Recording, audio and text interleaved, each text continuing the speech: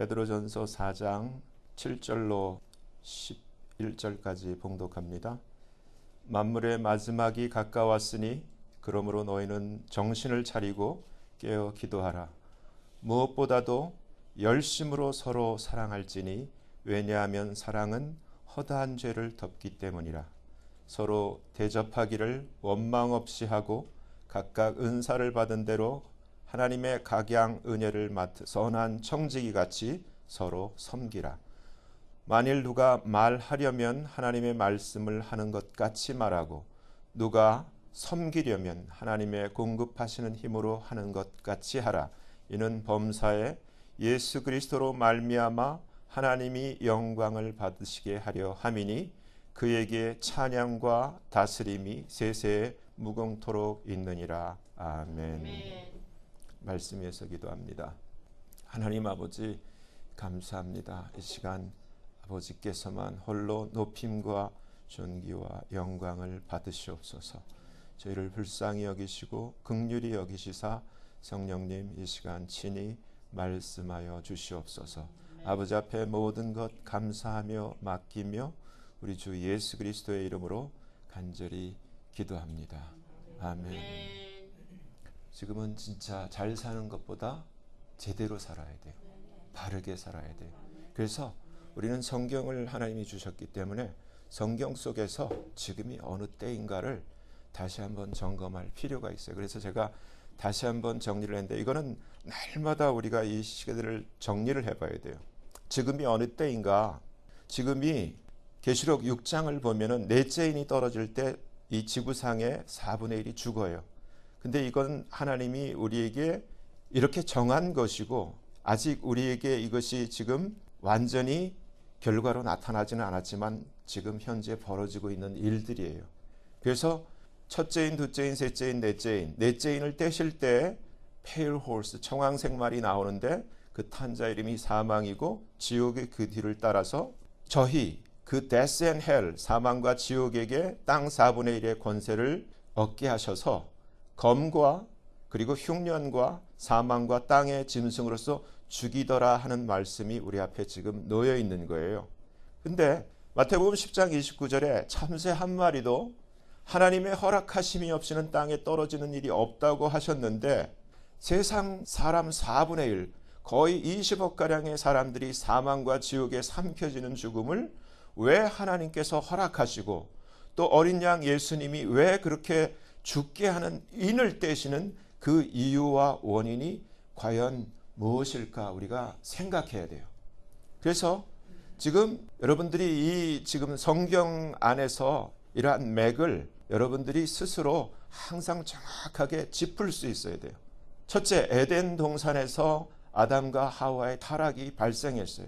근데 그 이유가 뭐냐? 창세기 2장 16절 여호와 하나님이 그 사람에게 명하여 가라사대 동상나무 그 각종 실과는 내가 마음대로 먹어. 그렇지만 선악을 알게 하는 나무의 실과는 절대 먹지 마. 네가 먹는 날에는 Thou shalt surely die. 정령 죽을 거야. 분명히 말씀하셨는데 창세기 3장 4절에 뱀이 사단 마귀죠. 여자에게 이르되 You shall not surely die. 결코 죽지 아니하리라. 근데 아담과 하와는 이 말을 받아들였고 아담과 하와는 타락했고 하나님의 은혜와 영광과 생명과 모든 것을 잃어버리고 에덴에서 추방당했어요.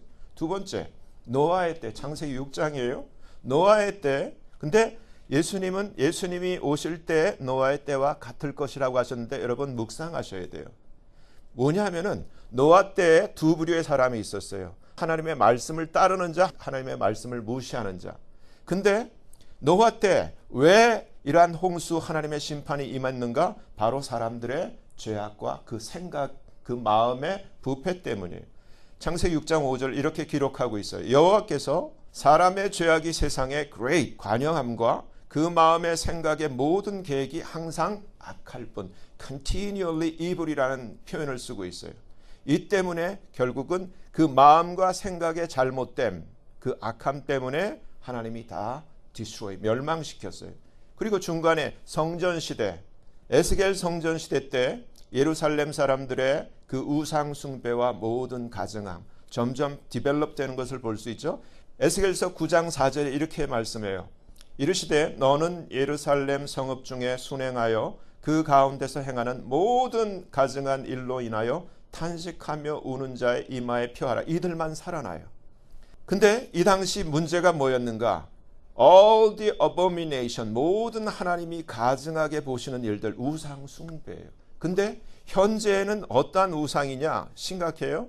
그래서 제가 밑에 하워드 피트만 목사님의 그분이 직접 죽고 하나님 앞에 섰고 다시 살아와서 우리에게 전하는 그 메시지, 오늘날 모든 사람들이 자기라는 우상을 섬기고 있다.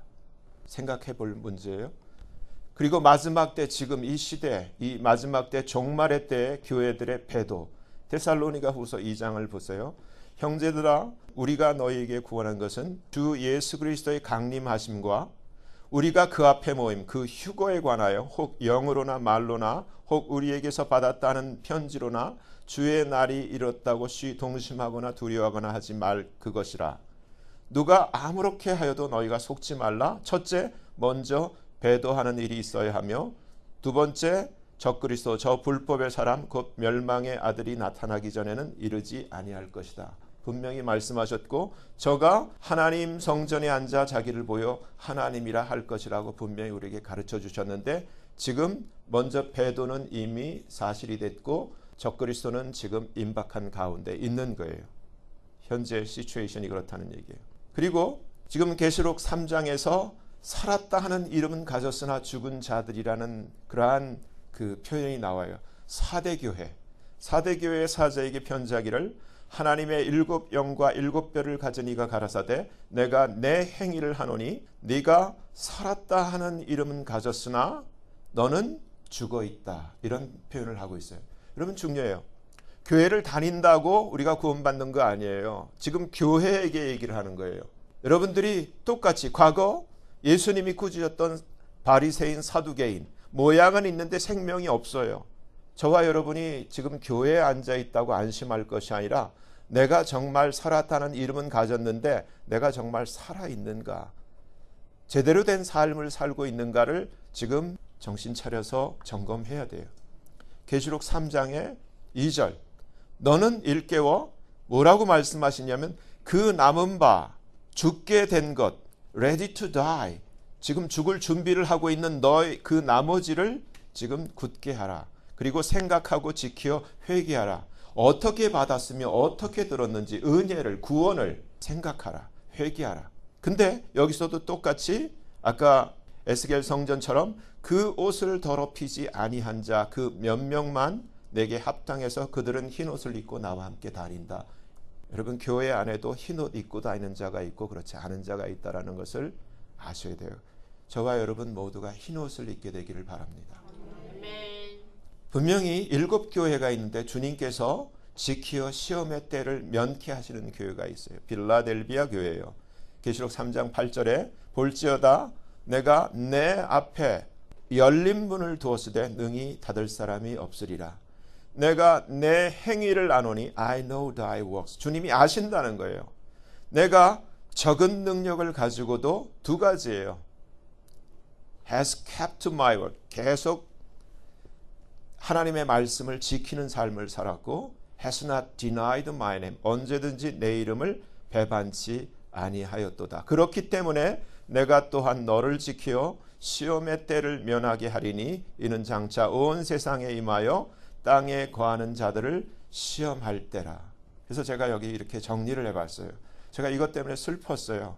문제는 이 세상 사람들 거의가 깨닫지도 못하는 가운데 다 지옥을 향해 가고 있으며 영원히 불과 유황으로 타는 못에 던져지게 되어 있다는 사실입니다. 근데 이걸 몰라요. 그냥 잘 살려고 하는데, 행복하게 살려고 하는데, 재미있게 살려고 하는 데만 지금 병들어 있듯이 집중되어 있어요. 교회를 다녀도 살았다 하는 이름만 가졌을 뿐 실체는 죽은 자들입니다. 왜? 오직 유일하신 길과 진리와 생명 되신 예수 그리스도를 믿지도 않고 관심도 없고 사랑함도 없이 오직 세상에 빠져서 자신만 위하는 삶을 살고 있기 때문입니다. 교회를 다녀도 말씀과 무관한 기복적 삶을 살면서 자신이라는 우상을 섬기며 예수 그리스도의 이름을 배반하는 배도의 삶을 살아가고 있기 때문입니다. 마지막 때에 대한 주님의 경고와 휴거의 때, 감람산에서 유명한 우리가 잘 아는 마태복음 24장이에요. 여기 보면은 마지막 때 하나님이 얼마나 이렇게 계속 리피트해서 우리에게 경고를 주고 있는지 이제 몇 가지만 살펴봐요. 많은 사람이 내 이름으로 와서 나는 그리스도로 하여 많은 사람을 미혹해 할 거야.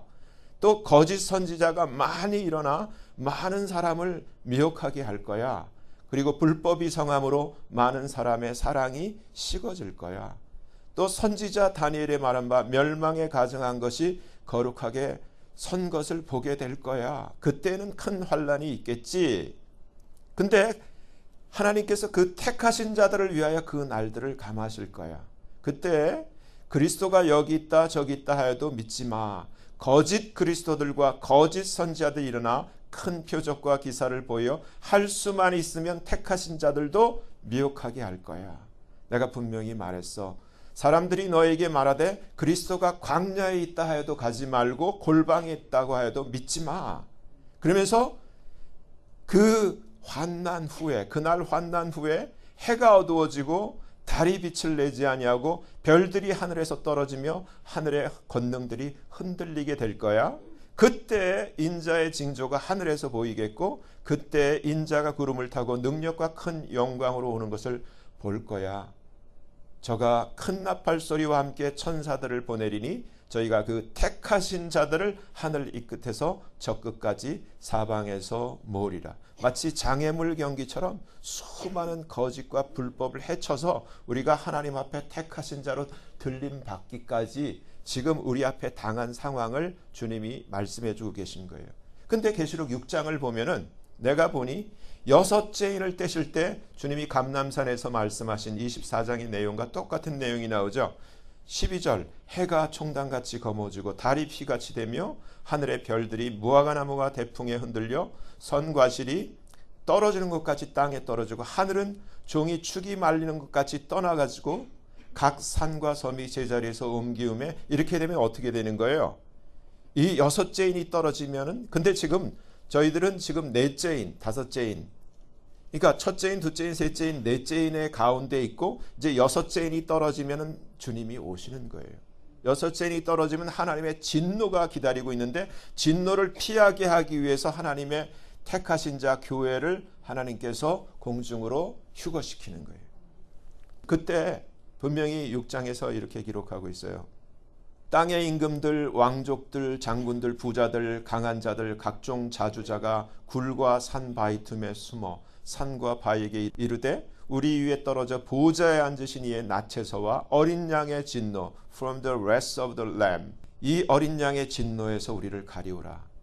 그들이 아니에요. 그 어린 양, 그 하나님의 진노의 큰 날이 이르렀으니 8장이죠. 이르렀으니 누가 능히 서리요 하더라. 그래서 이제 앞으로 되어질 일 우리는 여기 이제 8장서부터 우리가 여기에 서면 안 돼요. 이것은 휴거되지 못한 자들 계시록 8장서부터 하나님의 진노예요. 일곱째 인을 떼실 때 일곱 천사가 일곱 나팔을 받게 되죠. 근데 여기서 여섯 번째 천사가 나팔을 불 때 네 천사에 의해서 사람 3분의 1이 죽임을 당해요. 지금 우리가 곧 닥칠 사람 4분의 1보다 더 많은 숫자가 4분의 1이 이번에 죽고 하나님의 진노 때 지구상의 3분의 1이 여섯째 나팔에 죽는다는 것을 분명히 가르쳐줘요. 그리고 하나님의 두 번째 진노가 계시록 15장, 16장, 17절, 18장까지 주님 계시록 19장에 지상 재림할 때까지 펼쳐지죠. 그래서 하나님의 The Second Wrath of God 계시록 16장 하나님의 진노의 일곱 대절 The vials of the wrath of God, seven vials. 일곱 대접의 하나님의 진노가 이제 펼쳐지는데 첫 번째 진노, 짐승의 표를 받은 사람들, 그 우상에게 경배하는 자들이 그 대상이라는 것을 분명히 가르쳐주고 있어요. 그래서 결론, 계시록 19장을 보면은 예수 그리스도의 지상 재림이 나타나 있어요. 명확하게 계시록 19장 11절, 우리가 생각하는 그러한 모습이 아니라 전쟁의 장수의 모습으로 등장해요. 하늘이 열린 것을 보니 백마와 탄자가 있으니 하늘에 있는 군대들이 희고 깨끗한 세모풀을 입고 백마를 타고 그 예수님을 따르더라. 근데 이때 그 짐승과 땅의 임금들과 그 군대들이 모여 이 예수님과 예수님의 군대들로 더불어 악과 그 선의 대결이 펼쳐지는데 일방적으로 예수님께서 저들을 다 디스트로이 시키는 것을 그대로 보여주고 있는데, 이때 그 적그리스도 짐승이 잡히고 그 앞에서 이정을 해가던 거짓 선지자도 함께 잡혔으니 이는 짐승의 표를 받고 그의 우상에게 경배하던 자들을 이적으로 미혹하던 자라. 이 둘이 산채로 유황불 붙는 못에 던지우고 그 나머지는 말 탄 자의 입으로 나오는 검에 다 죽어 새들의 밥이 되는 것을 이렇게 주님이 가르쳐주고 있어요.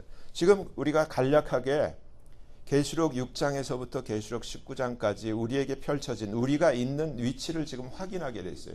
그러면은 제가 아직도 교회 내에서 잘 사는 것을 간증하고, 내가 어떤 목사님이 자기에게 11조를 미리 달라 그래가지고 10억을 갖다 바쳤더니 내 통장에 1,000억이 찍혔더라 하는 이러한 간증들, 참 가슴이 너무너무 아팠어요. 지금 황금이 필요한 게 아니야. 우리한테는 지금 제대로 된 삶이 필요한 거예요.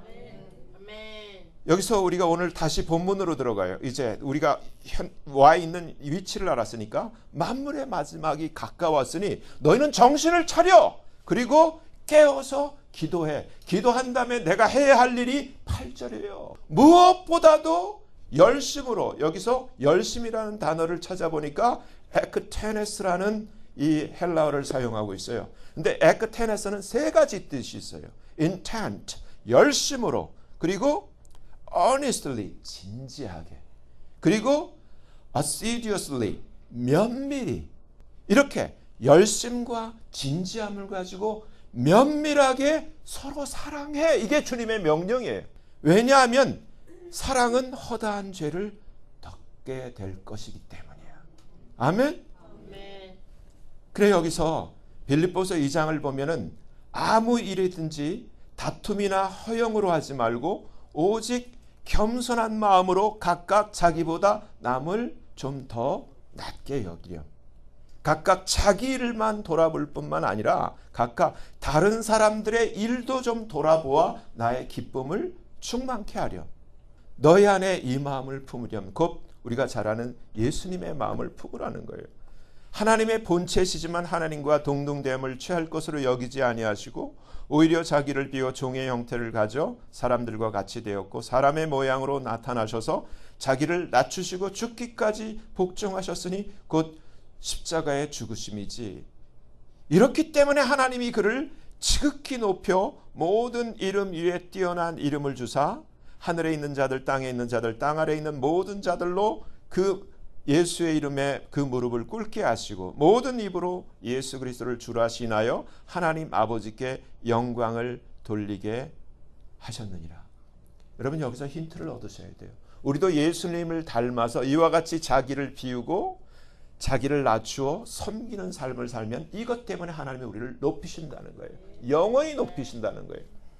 여기서 제가 어떻게 하면 우리의 마음을 고칠까? 지금 현재 사람들이 잘 사는 방법, 성공하는 방법. 그래서 하버드 대학에서 1930년대서부터 80년간 그 당시 300명의 하버드 학생을 놓고서 80년간 그 삶을 추적하면서 어떤 사람들이 성공하는가를 연구를 했어요. 그러니까 엄청난 연구예요. 그 결과가 뭐냐를 여러분들에게 같이 나누기를 원해요.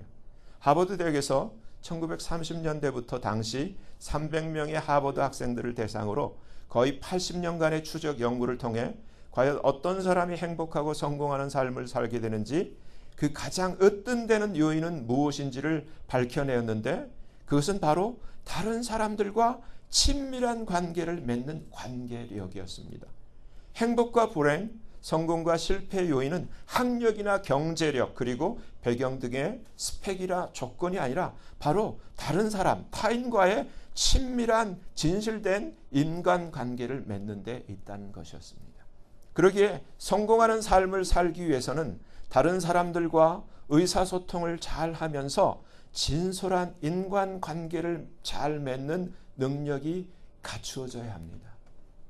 그래서 우리가 대학을 나오고 박사학위를 받은 것도 중요하지만은, 그러나 내가 고졸, 중졸이라 할지라도 그보다 훨씬 성공적인 행복한 삶을 사는 사람들이 얼마든지 있는데, 그들의 특징이 뭐냐? 바로 인간관계에 성공을 했다는 얘기예요.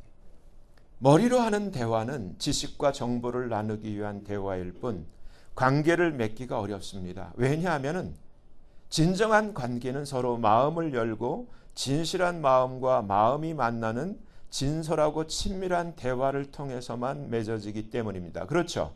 그렇기 때문에 저와 여러분은 예수를 믿는 자로서 복음으로 무장되고 우리의 마음이 예수님을 닮아야 돼요.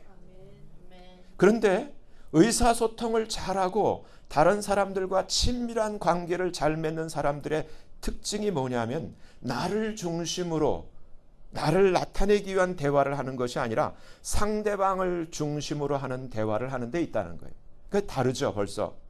바로 마음과 생각을 상대방에게 맞추어서 상대방 중심으로 배려하는 대화를 하는 데 있다는 거예요. 여러분 생각해 보세요. 우리가 예수를 믿지만 예수 믿는 우리 집, 우리 가정이 정말 우리 가족 간에 이러한 친밀한 진솔한 대화와 상호 존중의 관계에 있는가? 부부 사내도 힘들어요. 얼마 전에 김창욱이라고 하는 사람의 이 토크쇼를 보니까 한국에 부부 간의 사이가 좋은 사람이 6명밖에 없대. 우스갯소리지만 6팀밖에 없대. 그러니까 부부라도 그렇게 사이가 안 좋아. 근데 원인이 어디에 있는가? 부모와 자식, 그 가족 구성원 간, 내 친구들과의 관계, 모든 이웃과의 관계에 우리가 지금 굉장히 지금 한번 점검해 보아야 할 문제를 우리에게 지금 나타내고 있어요. 제일 친밀한 대화를 잘하는 사람은 상대방을 중심으로 상대방의 마음을 헤아려 알아주는 그러한 맞춤형 대화를 하는 사람입니다.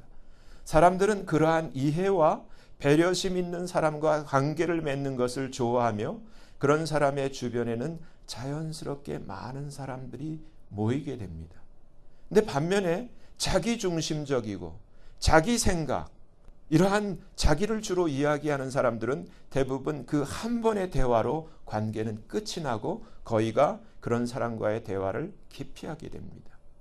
그러니까 대부분 뭐 이렇게 보이려고, 자기를 알아달라고 뭐든지 이렇게 옷차림이나 뭐 명품이나 뭐 하다못해 멋진 자동차까지도 어떤 그러한 소품으로 쓰이지만은 정말 중요한 건 그게 아니라는 거예요. 마음이라는 거예요. 마음. 그래서 상대방이 이야기를 할 때 상대방이 저런 이야기를 나한테 왜 할까? 상대방이 저런 이야기를 할 때 그 마음은 도대체 뭐지? 하며 상대방의 입장에 관심을 가지면서 지금 당신이 나한테 이런 식으로 이야기를 했는데 당신의 마음은 이런 거야 하면서 이야기를 하는 것이 제일 바람직한데, 이런 식으로 상대방을 배려하며 대화를 하는 사람들이 대부분 친밀한 관계를 잘 맺습니다. 가족 관계 속에서도 친밀감을 느끼지 못하는 사람들은 대부분 밖에 나가서도 친밀감을 느끼지 못합니다. 간혹 밖에 나가서 다른 사람들하고는 친밀함을 보이는데 집에 들어와서는 오히려 집안 식구들과 갈등을 일으키는 분들이 있는데, 이들은 식구들과 가슴속 깊은 데서 나오는 행복이나 사랑, 그리고 친밀감을 느낄 수 없기 때문입니다. 그 이유는 다른 사람들에게는 너그럽지만 가족들에게는 너그럽지 못한 마음을 가지고 있기 때문입니다. 마음 밑바탕에는 가족들이 잘 됐으면 하는 마음이 있지만, 그러나 마음이 항상 상대방의 행동을 평가하고 비난하는 것으로 나타나기 때문에 매번 그러한 대화로 인해 가족들과 좋은 관계를 맺을 수가 없게 됩니다. 이건 부부 간에도 마찬가지고 부모와 자녀 간에도 마찬가지. 가족들과 좋은 관계를 맺으려면 아무리 상대방이 못마땅해도 상대방이 왜 저런 행동을 할까?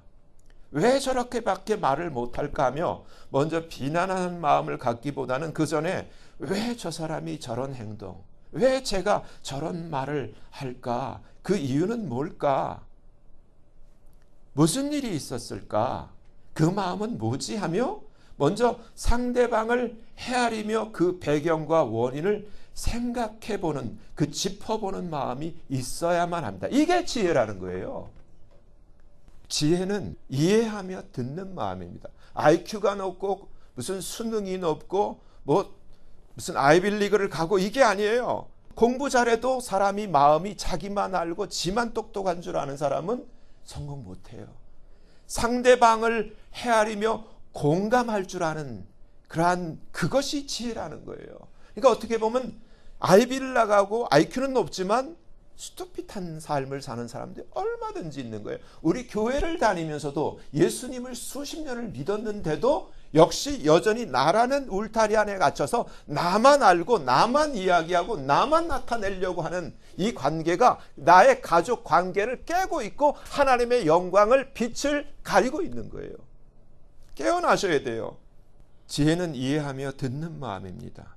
상대방의 마음을 헤아리며 공감할 줄 아는 것이 지혜입니다. 이런 지혜 있는 공감하며 듣는 마음을 가진 자가 다른 사람들보다 훨씬 더 친밀한 관계를 맺을 수 있고 더 성공하는 삶을 살아갈 수 있다는 사실을 하버드 대학에서 80년간 300명의 학생들의 긴 삶의 추적 조사 연구를 통하여 밝혀내었습니다. 공감의 능력이 곧 사랑이며 사랑은 낮은 곳에 서서 상대방의 입장과 마음을 헤아려 주는 마음입니다. 그래서 영어로 공감을 뜻하는 그 이해하다라는 단어를 understand, 밑에 서다라고 표현하고 있습니다. 예수님은 하늘에 계신 창조주 하나님이시지만 낮은 이 세상에 사람이 되어 오셔서 우리 사람의 삶을 친히 사시면서 공감하시고 이해를 가지셨고 우리를 대신하여 죽으시기까지 사랑하셨습니다. 그러하신 주님이 내가 너희를 사랑한 것처럼 너희도 서로 사랑하렴 하면서 명령하시고 이 마지막 때 계명으로 주신 거예요. 요한복음 13장 35절에 주님께서 너희가 서로 사랑하면 이로써 모든 사람이 너희가 내 제자인 줄을 알게 될 거야. 요한일서 4장 12절에서도 사도 요한도 어느 때나 하나님을 본 사람이 없지만 만일 우리가 서로 사랑하면 하나님이 우리 안에 거하시고 그의 사랑이 우리 안에 온전히 이룰 거야 라고 기록하고 있습니다. 이러한 사랑을 회복하는 우리 모두가 되기를 예수님의 이름으로 축원합니다.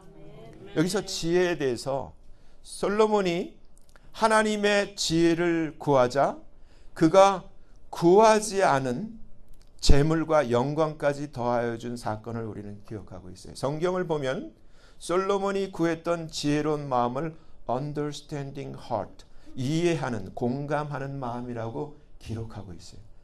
열왕기상 3장 5절을 보면 기브온에서 밤에 여호와께서 솔로몬의 꿈에 나타나셨는데 하나님이 이르시되 내가 내게 무엇을 줄고 너는 구하렴. 왜?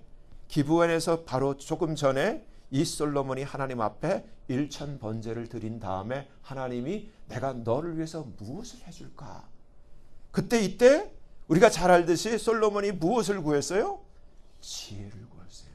여러분 이것은 솔로몬처럼 하나님 앞에 구하셔야 돼요.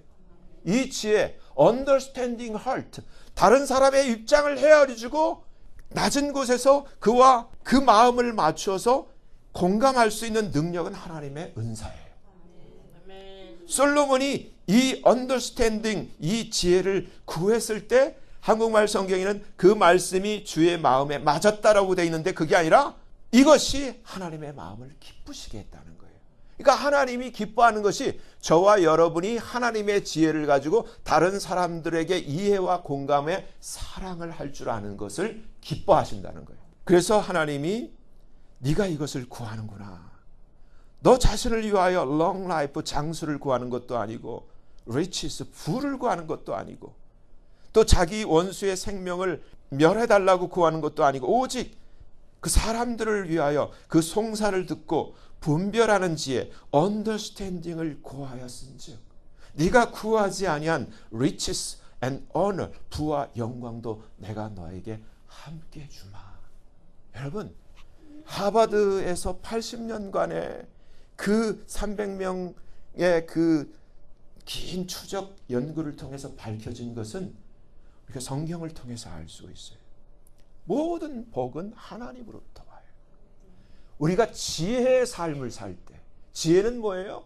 약삭빠르게 나는 이득을 취하고 너는 손해를 보면서 내가 잘 되는 것, 그게 지혜가 아니에요. 그거 다 수두빛한 거예요. 예수님을 닮아서 복음으로 무장된 가운데 손해를 보면서 나를 낮추면서 상대방을 끌어안는 그 사랑의 삶을 살 때 그 자에게 하나님이 부와 영광도 주신다는 거예요.